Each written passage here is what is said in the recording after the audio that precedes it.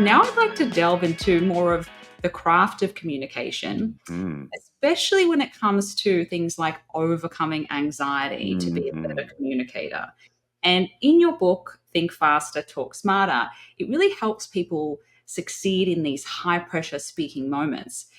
What inspired you to write it, and why do so many of us struggle with spontaneous communication? Oh, there's a lot to that question. So I was inspired to write the book for a couple reasons.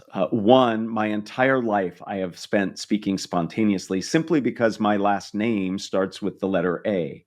I was always in school. I knew exactly where I would sit. Many teachers, most teachers, sit students alphabetically. My last name is AB. Very rarely have I ever had anybody go before me. So I would always go first.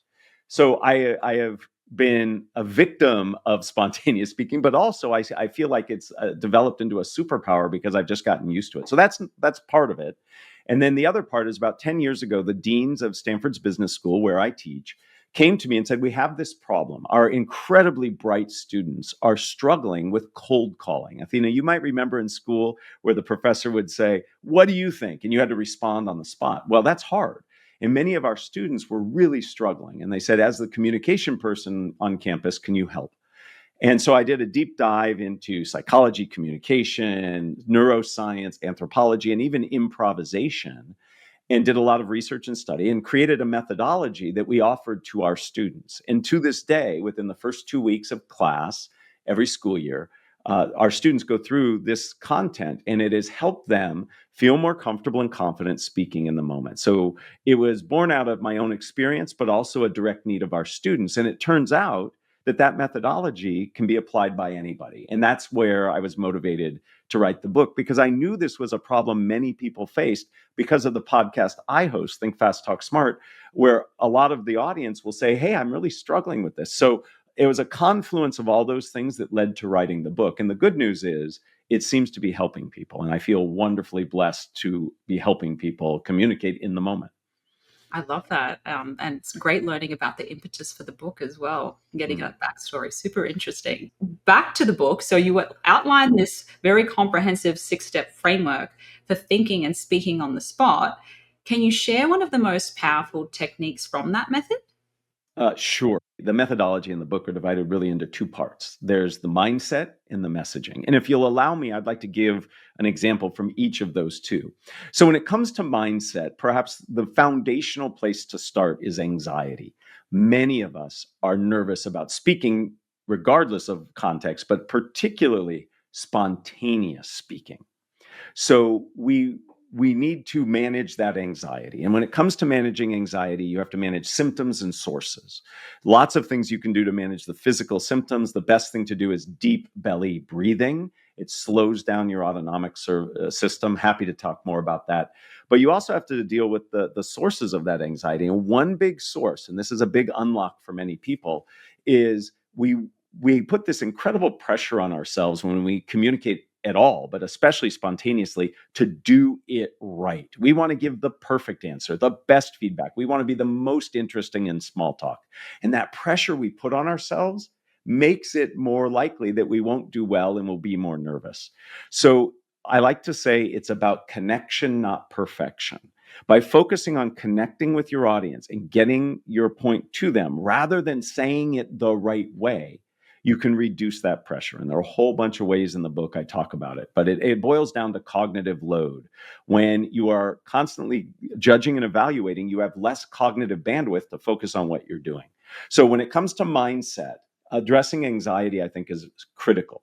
When it comes to messaging, what's really, really important and super helpful is structure, frameworks. In the moment when I have to respond, I have to decide what to say and how to say it. Structure helps you with the how to say it part. It's a recipe. I'm a lousy cook, but I'm a better cook when I follow a recipe. So there are lots of structures you can use. The book is full of them. The structure I always share that people already know, if you've ever watched a television advertisement, you've seen problem, solution, benefit.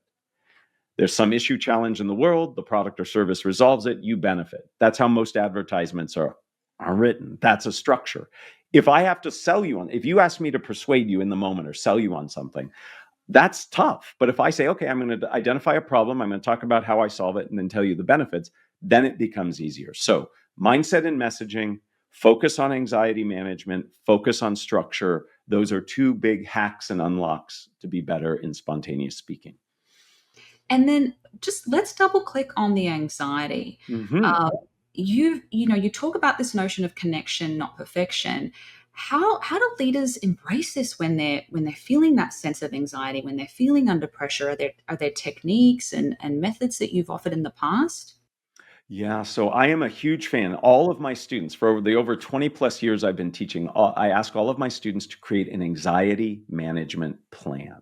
The very first book I wrote was called Speaking Up Without Freaking Out, and it identifies 50 academically validated techniques for managing anxiety. So I walk my students through, the people I coach, I walk them through on the podcast. We talk about these.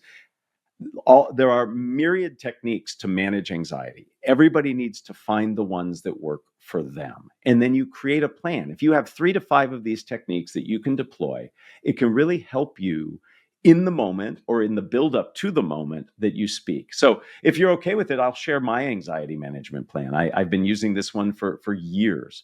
So first and foremost, I will take some deep belly breaths. And what the research shows is it's not the inhalation, it's the exhalation that's so important. So I like to say the rule of thumb, or jokingly, the rule of lung, is you want your exhale to be twice as long as your inhale. So I take a 3 count in and a 6 count out. I do that 2 or 3 times. That reduces my heart rate. That calms me down. Now, I have another symptom of anxiety that really I'm very self-conscious of. I blush, I turn red, and I perspire.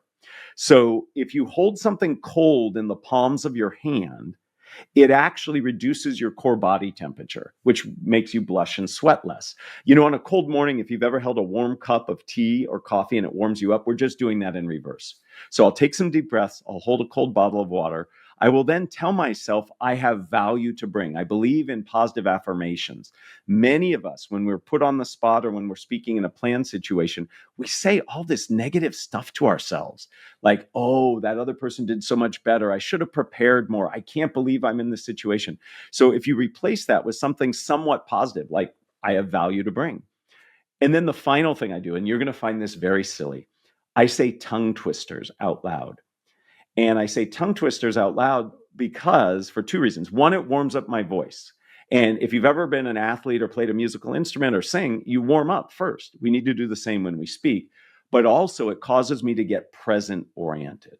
I can be very distracted by my thoughts about what I'm doing next or what happens if I don't succeed. So to get present oriented really helps me. Before we did this podcast, I said my tongue twister 3 times to get me warmed up. So that's my anxiety management plan. That's 4 techniques. There are many, many other techniques. Not every technique works for every person. An anxiety management plan is an experiment. You have to run it several times to find what works. And once it works, it's gold. It can really help. Hey, if you're getting value from today's conversation, make sure you subscribe right now so you don't miss any future episodes of the Aspire to Inspire podcast.